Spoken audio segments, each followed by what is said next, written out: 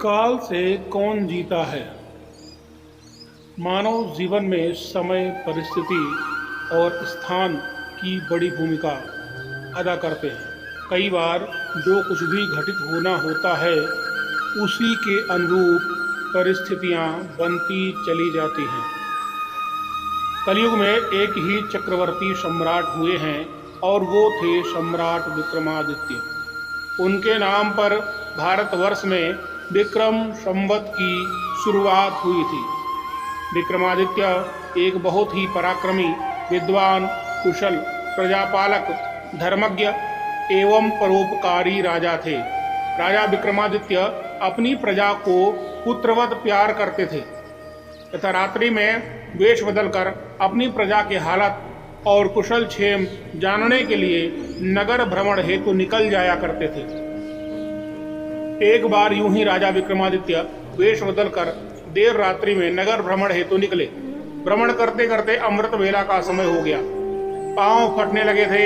भोर के इस समय राजा विक्रमादित्य नगर की परिक्रमा वाले मार्ग से गुजर रहे थे।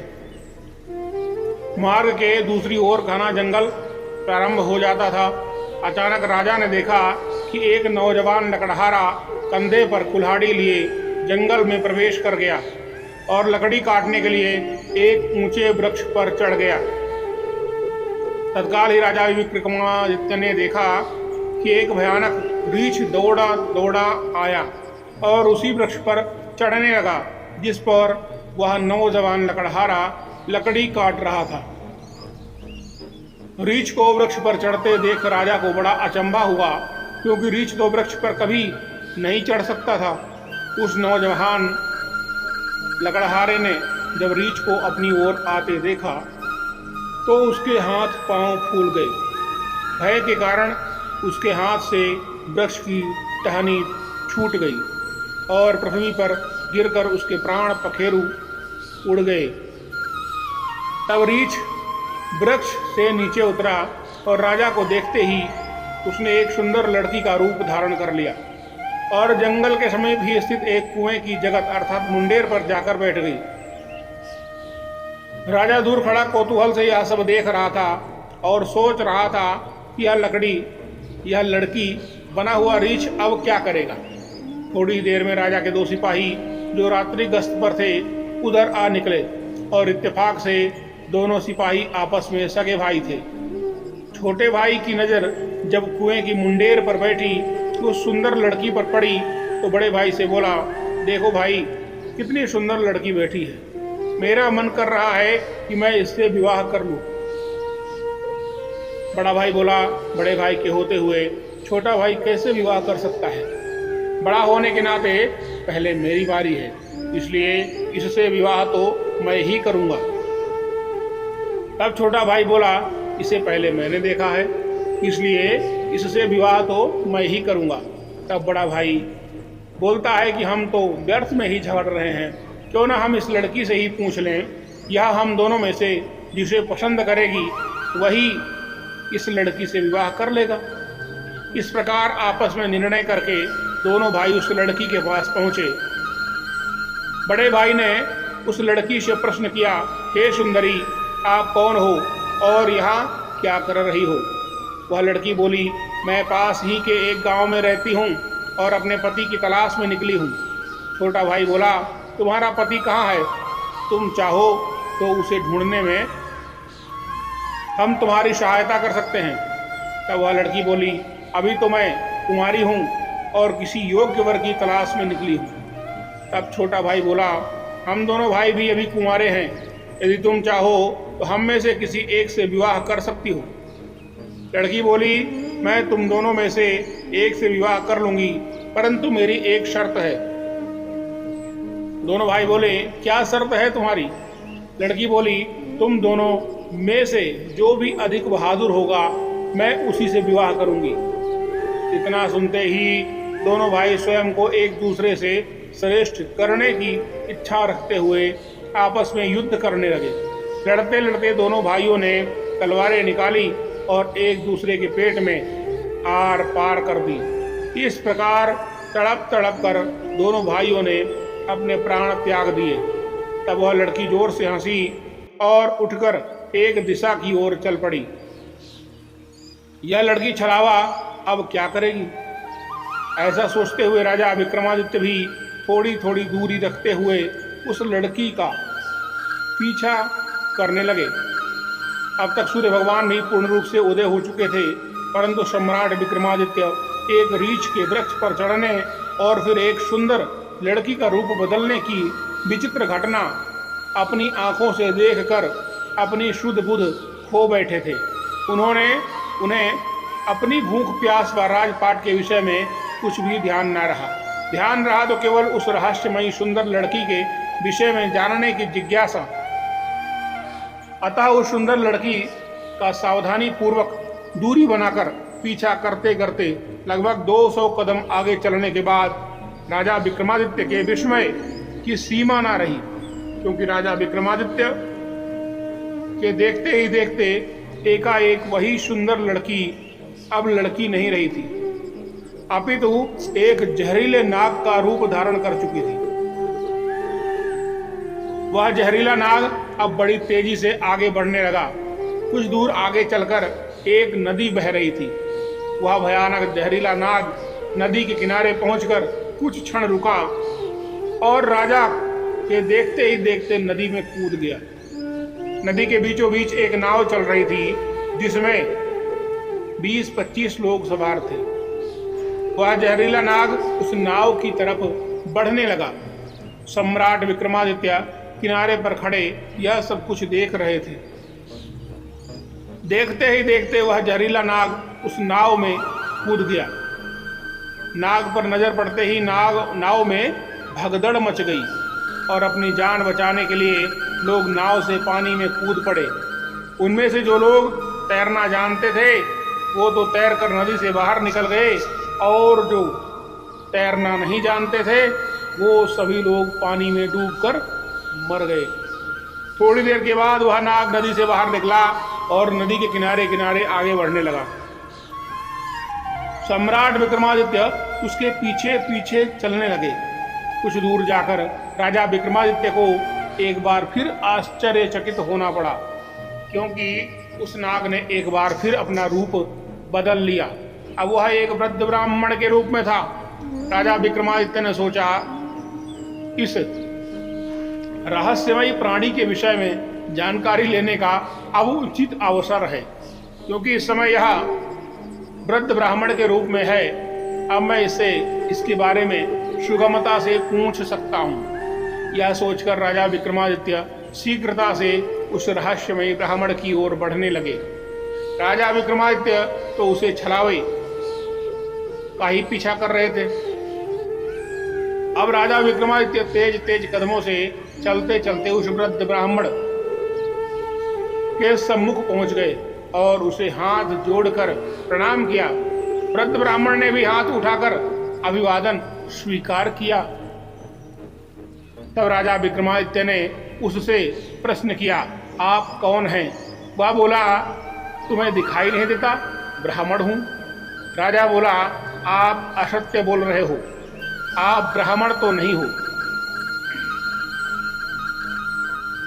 वह बोला, फिर तो तुम ही बता दो, मैं कौन हूं? राजा बोला, तुम वो नहीं हो जो नजर आ रहे हो। वह बोलो, मैं जो कुछ भी हूं, तुम्हें इससे क्या लेना देना? तुम अपने काम से काम रखो और अपना रास्ता नापो।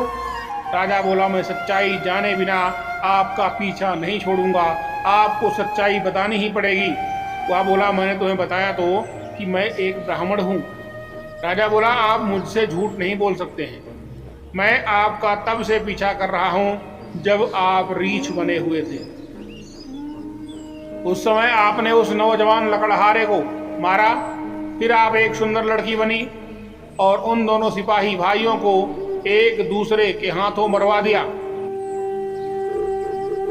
फिर आपने एक जहरीले नाग का रूप धारण करके नदी में छलांग लगा दी और नदी पार कर रही नाव में घुस गए, और तुम्हारी दहशत के कारण नाव में सवार यात्रियों में भगदड़ मच गई। नाव पलट गई और कई यात्री नदी में डूबकर मर गए। अब आपने बृहद ब्राह्मण का रूप धारण किया हुआ है। अब सीधी तरह से सच सच बता दो, आप कौन हो। या बोला, यदि ना बताऊं तो। यह सुनकर राजा ने अपनी तलवार निकाल ली और बोले, तो फिर मरने के लिए तैयार हो जाओ। तुम जानते नहीं, यह राजा विक्रमादित्य की नगरी है और मैं राजा का वफादार नौकर हूं। इस धर्मात्मा राजा की नगरी में इतने लोगों की जान लेकर तुम जीवित बच नहीं सकते। अब मरने से पहले जल्दी से ये बता दो कि तुम कौन हो। राजा विक्रमादित्य की यह धमकी सुनकर वह वृद्ध ब्राह्मण जोर जोर से खिलखिलाकर हंस पड़ा और बोला, मैं जानता हूं कि यह महाप्रतापी सम्राट विक्रमादित्य की राजधानी है और मैं यह भी जानता हूं कि तुम ही विश्व प्रसिद्ध सम्राट विक्रमादित्य हो। फिर भी एक बात जान लो कि तुम मुझे नहीं मार सकते, बल्कि एक दिन ऐसा आएगा कि मैं ही तुम्हें मरने के लिए विवश कर दूंगा। उसके यह बोल सुनकर राजा विक्रमादित्य सोचने लगे कि जिसने इस वेश में भी मुझे पहचान लिया वह कोई छोटी मोटी हस्ती तो नहीं हो सकती। तो राजा थोड़े विनम्र होकर बोले, अब आपने मुझे पहचान ही लिया है तो कृपया आप बताएं कि आप वास्तव में कौन हो। मेरी जानने की जिज्ञासा है। तब वह ब्राह्मण बोला, किसी ने सत्य ही कहा है कि संसार में 4 प्रकार के हठ प्रसिद्ध हैं, राजहठ, बालहठ, त्रियाहठ और योग हठ। तुम राजा हो, राज हठ पर अड़े हो। बिना मेरी सच्चाई जाने तुम मानोगे नहीं, इसलिए मुझे बताना ही पड़ेगा कि मैं कौन हूँ। अतः राजन, आप ध्यान लगाकर सुनो कि मैं कौन हूँ और तुम्हारी राजधानी में क्यों आया हूँ। तब उस वृद्ध ब्राह्मण ने बताना शुरू किया, हे राजन, मैं तुम्हें बताता हूँ कि मैं कौन हूँ। दोस्तों, वीडियो को लाइक कर दीजिए, चैनल को भी सब्सक्राइब कर लीजिए। जो भी मैं बताऊंगा एक एक शब्द ध्यान लगाकर सुनना। मेरा नाम काल है। तुम जानते हो कि इस संसार में जितने भी प्राणी जन्म लेते हैं उनकी मृत्यु निश्चित है, इसलिए इस भूमि को मृत्युलोक भी कहा जाता है। जब प्राणी माता के गर्भ में आता है तो उसके पूर्णांग बनने के बाद आत्मा उसमें प्रवेश करती है, अर्थात वह सजीव हो उठता है। उसी समय उसकी मृत्यु का समय, स्थान और परिस्थिति अर्थात मृत्यु किस प्रकार से होगी यह भी विधाता की ओर से निश्चित कर दिया जाता है। राजन, तुम यह भी जानते हो कि दुनिया के हर प्राणी के जन्म मरण का लेखा जोखा चित्रगुप्त के पास में रहता है। जब भी किसी प्राणी की मृत्यु का समय आ जाता है तो वह धर्मराज को सूचित करते हैं।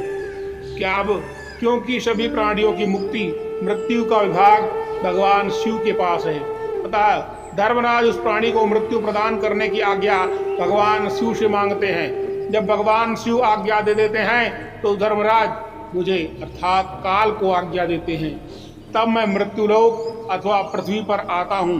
मुझे यह पता होता है कि किस किस प्राणी की किस समय, किस स्थान पर और किस परिस्थिति में मृत्यु होगी। मैं उस प्राणी को निश्चित समय पर उसी स्थान पर लेकर जाता हूँ अथवा पहुँचा देता हूँ जहाँ पर उसकी मृत्यु लिखी हुई होती है अथवा निश्चित है। जिस प्रकार से उसकी मृत्यु लिखी गई है, मैं उसी स्थान पर वैसी ही परिस्थितियाँ अथवा हालात बना देता हूँ। उस लकड़हारे को मैंने ही नहीं मारा। राजा विक्रमादित्य बोले, तुम फिर झूठ बोल रहे हो। मैंने स्वयं अपनी आंखों से देखा है कि तुम उस लकड़हारे की मृत्यु का कारण तुम ही थे। वृद्ध ब्राह्मण बोला, बेशक कारण मैं बना था, लेकिन सांसारिक लोग तो यही समझते हैं कि लकड़हारे की मृत्यु वृक्ष से गिरकर वृक्ष की टहनी टूटने के कारण हुई है और फिर मुझे तो मृत्युदेव धर्मराज के आदेश का पालन करना ही पड़ता है। उसकी मृत्यु वृक्ष पर से गिरने के कारण लिखी गई थी, इसलिए मैंने रीछ बनकर वैसी ही परिस्थितियां व हालात पैदा कर दिए। नहीं तो जरा सोचो, यदि असली रीछ होता तो क्या कभी पेड़ पर चढ़ पाता? कदापि नहीं, परंतु वह तो मैं था और मेरे लिए तो कुछ भी असंभव नहीं है। अगर उन सिपाही भाइयों की बात करें तो उनको भी मैंने नहीं मारा, उनकी मृत्यु एक दूसरे के हाथों लिखी थी, अतः उनके लिए मुझे सुंदर लड़की बनना पड़ा। नाव में सवार कुछ लोगों की मृत्यु पानी में डूबने से लिखी थी, इसके लिए मुझे भयानक नाग का रूप धारण करके वहां पर जाना पड़ा। राजन, मुझे लगता है कि अब तो आप अच्छी तरह समझ गए होंगे कि मैं कौन हूं और तुम्हारी नगरी में क्यों आया था, और यह भी समझ गए होंगे समय, स्थान और परिस्थिति कि संसारिक प्राणी के जीवन में कितनी बड़ी भूमिका होती है। राजा विक्रमादित्य ने वृद्ध ब्राह्मण रूपी काल की बात बड़े ध्यान से सुनी और गंभीर हो गए। काल कहने लगा, हे राजन, अब मैं चलता हूं। राजा विक्रमादित्य बोले, हे कालदेव, आपने मुझे बहुत ही अच्छी जानकारी दी है, इसके लिए मैं आपका बहुत ही आभार व्यक्त करता हूं। कृपया जाने से पहले मेरे एक और प्रश्न का उत्तर देते जाइए। कालदेव बोले, पूछो, क्या पूछना चाहते हो? शीघ्र पूछो, मेरे पास इतना समय नहीं है। राजा विक्रमादित्य बोले, कृपा करके मुझे यह बताइए कि मेरी मृत्यु कब, किस स्थान पर और किस प्रकार से होगी। कालदेव बोले, हे राजन, मैं यह तो बता सकता हूं कि तुम्हारी मृत्यु कहां और किस प्रकार से होगी, परंतु यह नहीं बता सकता कि तुम्हारी मृत्यु कब होगी। राजा विक्रमादित्य बोले, हे कालदेव, मृत्यु का समय बताने में आपको क्या आपत्ति है? कालदेव बोले, हे राजन, यदि मैंने पहले ही आपको मृत्यु का समय बता दिया तो इसी क्षण से आप चिंताग्रस्त हो जाओगे, और आप तो जानते ही हो कि चिंता चिता समान होती है। अभी तो आपको अपने शासन काल में बहुत से शुभ और जन कल्याण के कार्य करने हैं। राजा विक्रमादित्य बोले, चलो समय ना सही, यह तो बता दो कि मेरी मृत्यु कहाँ और कैसे होगी। कालदेव बोले, सुनो राजन, तुम्हारी मृत्यु तुम्हारे ही महल में सीढ़ियों पर से पांव फिसल कर गिरने के कारण से होगी। इतनी बात सम्राट विक्रमादित्य को बताकर वृद्ध ब्राह्मण रूपी काल शीघ्रता से एक दिशा की ओर चल पड़े और कुछ दूर जाकर विलुप्त हो गए। इस वक्त तक सूर्य भगवान भी पूर्ण रूप से अस्त हो चुके थे, चारों तरफ अंधकार छा गया था। राजा विक्रमादित्य अब तक शारीरिक और मानसिक रूप से बहुत ज्यादा थक चुके थे, अतः मन में गहन सोच विचार लिए हुए तेज कदमों से अपने महल की ओर प्रस्थान कर गए, और आगे चलकर सचमुच में ऐसा ही हुआ। राजा विक्रमादित्य की मृत्यु अपने महल की सीढ़ियों से फिसल कर गिरने से ही हुई थी मृत्यु, और इस कथन की पुष्टि इतिहासकारों ने भी की है। तो दोस्तों, आपको हमारा यह वीडियो कैसा लगा? वीडियो पसंद आया हो तो वीडियो को लाइक कर दें और चैनल को भी सब्सक्राइब कर लीजिए, जिससे आपको इसी तरह की ज्ञानवर्धक जानकारियाँ मिलती रहें। मिलते हैं एक नई वीडियो में एक नई जानकारी के साथ, तब तक के लिए धन्यवाद। हर हर महादेव।